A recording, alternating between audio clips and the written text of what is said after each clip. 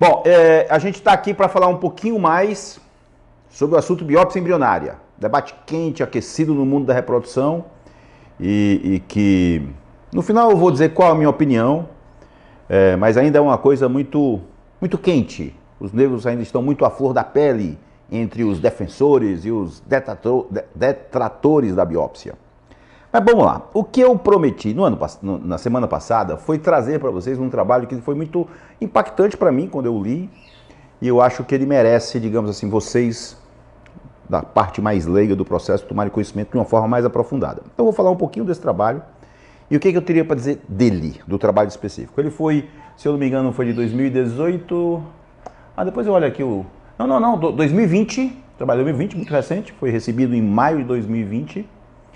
Ele é um trabalho que vocês podem ver aqui, multicêntrico, prospectivo, blindado, não selecionado, vou já explicar isso, avaliando o valor preditivo de um diagnóstico aneuploide usando um tipo de plataforma para fazer biópsia embrionária chamado NGS. E também avalia o impacto da biópsia. Tem vários pontos importantes nesse trabalho. É multicêntrico, vários centros, foram 4 centros americanos, Filadélfia, Flórida, Califórnia e um na Pensilvânia, eu acho. Então foram esses 4 centros. E como era o trabalho? Olha como o trabalho como é interessante, para vocês terem uma noção. As pacientes selecionadas, elas faziam fertilização in vitro. E na fertilização in vitro, se transferia apenas um único embrião. Um único embrião. Antes de transferir este único embrião, era feita uma classificação morfológica. O embriologista dava uma nota para este melhor embrião. Ok até aí? Ao dar a nota do melhor embrião nesses 4 centros, ele era biopsiado. Mas o material deste embrião enviado para um único laboratório de genética chegava no laboratório de genética e não se fazia análise até este momento. E o embrião era transferido.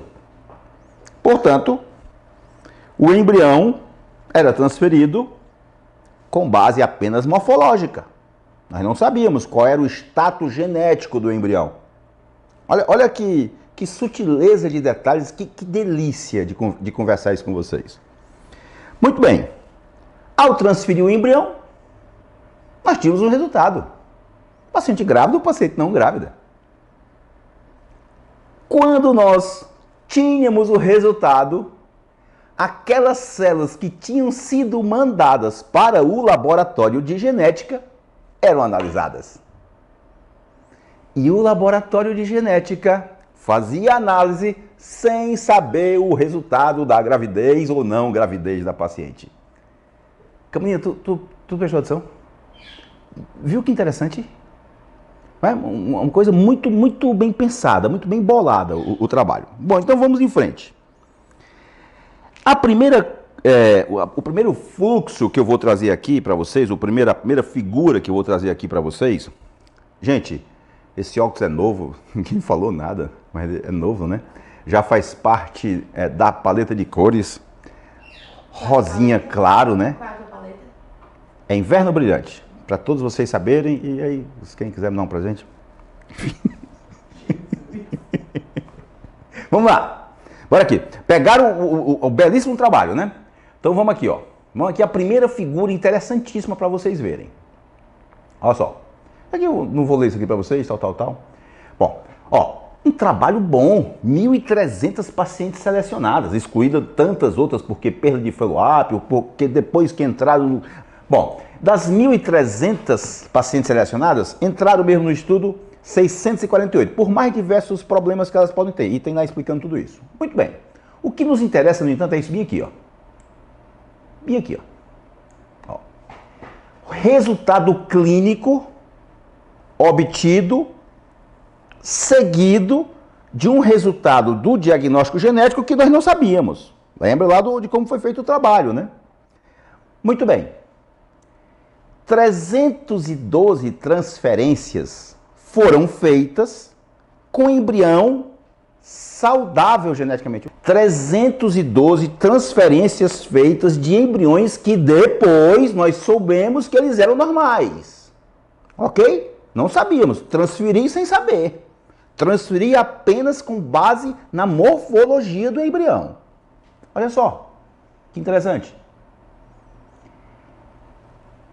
Implantação sustentada ou nascido vivo desses embriões transferidos foram 202 pacientes. De 312 transferidos, 202 engravidaram e foram além do terceiro mês, além da 12ª semana e ou pariram. Olha que interessante. Aí dá algo em torno de 65% de chance de sucesso. Perfeito? Transferiu o embrião, morfologicamente melhor, não sabia o resultado do diagnóstico genético. A paciente saiu o resultado, ela estava grávida. Aí eu digo, ei, laboratório de genética, me diz aí qual o resultado dessa paciente. Dessas 312 transferências, desses 312 embriões, 202 deram gravidezes. Ok? Agora olha cá, ó. Outras 102 transferências, quando saiu o resultado, positivo ou negativo, a gente pediu para analisar o embrião. De 102 transferências feitas, quando saiu o resultado positivo ou negativo, faz aí, meu irmão, o que deu esse embrião? E veio 102 aneuploides, alterados geneticamente. Então eu transferi 102 embriões com alteração genética. O exame comprovou. Como eu não tinha o resultado genético até então, eu transferi. Era a classificação apenas morfológica. Gente, olha aqui, ó. 0 nascido vivo. 0 nascido vivo. Nenhuma transferência de embrião aneuploide levou a uma gravidez. E aqui eu já vou remeter vocês a uma outra figura com um detalhamento visual melhor do que esse. Vale, como é que eu agora diminuo? Ah, tá aqui. Olha que legal. Dá pra ver aí? Dá. Vamos lá. Olha só. Resultados clínicos de transferências de embriões euploides e aneuploides. Eu só soube depois. Muito bem. A linha azul é dos embriões que eram euploides. Taxa de beta positivo. Teste positivo. Nem sempre teste positivo significa bebê em casa mamando no peito de vocês. Espera. Tem os casais homoafetivo masculino, tá bem? Né? Desculpa. Nem sempre teste positivo significa bebê em casa. De 82% de teste positivo nos embriões euploides, nasceram ou foram gravidezes sustentadas para além da 12ª semana, 65%. Agora olha aqui, ó. Ó, tá vendo o azul, ó? Azul euploide, azul euploide. Agora olha aqui, ó. Olha isso que interessante. A linha amarela é do aneuploide. Embrião alterado geneticamente. E observa aqui, ó. Engravidou. Teste positivo em 40%. Então o embrião aneuploide, ele prega. Mas quando eu fui... Aqui foi o dia do teste positivo. Quando eu vou fazer o primeiro ultrassom, apenas 23% progrediram quando eu fiz aquele ultrassom de 6, 7 semanas que eu vejo lá o saco gestacional com o embrião batendo no coração. Ok? Já caí metade. Mas quando eu vou para a 12ª semana ou para frente, 0. Nenhuma gravidez dos embriões alterados geneticamente progrediram. Nenhuma gravidez. Em um universo considerável. 102 embriões com alteração genéticas, dos quais 40% deles positivaram no teste, dos quais 20% deles chegaram até a 6ª, 7ª semana, mas nenhum chegou além da 12ª semana. A taxa de sucesso na transferência do embrião aneuploide neste trabalho, isso tem que ser frisado, foi de 0%. Tu vai dizer assim, evangelista? Isso é uma maravilha? Não. Nós não podemos dizer que exista um teste com valor preditivo, positivo ou negativo de 100%. Nananinha. Muito bem. O que eles fizeram? Com base nos dados estatísticos conseguidos nesse trabalho, estimou-se, partindo do princípio, de que não tem valor preditivo, positivo ou negativo de 100%. Partindo desse princípio, de 0 a 100%. Então, estima-se que algo em torno de 2 a 3% das gravidezes aneuploides podem seguir em frente e nascerem, apesar de nesse trabalho nenhum ter nascido. Mas provavelmente esse trabalho pegou um N de 100. Se eu pegasse um N de 10 mil embriões, talvez algum nascesse.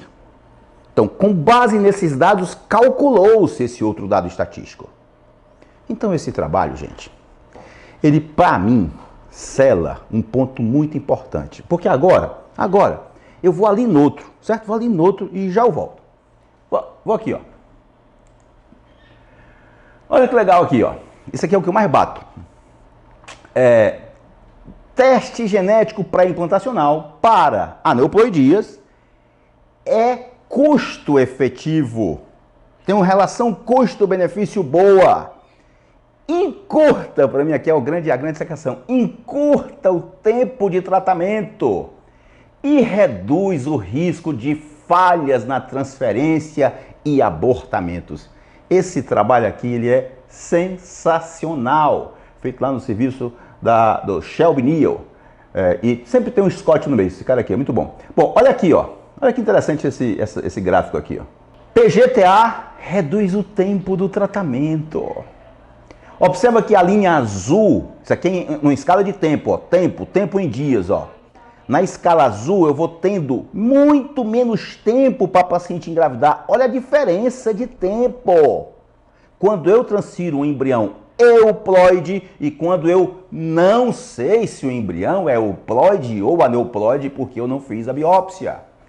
E aí é o que eu mais bato. Gente, um teste negativo é catastrófico. Ou eu passei por 7, é catastrófico, abre uma cratera no chão da gente, a gente cai e essa queda parece não ter fim. Então, quanto mais eu reduzir a chance de ter uma transferência que não vai me dar em nada, melhor para a paciente. E aí, eu vou lá no começo da minha fala, quando eu disse que esse é um debate quente no meio médico, mas não deveria ser. Sabe por que não deveria ser? Porque a gente deveria, quando participar de uma discussão, isso que eu vou falar vale para qualquer coisa, tá? Deixemos nossas crianças em casa. Vamos agir como adultos.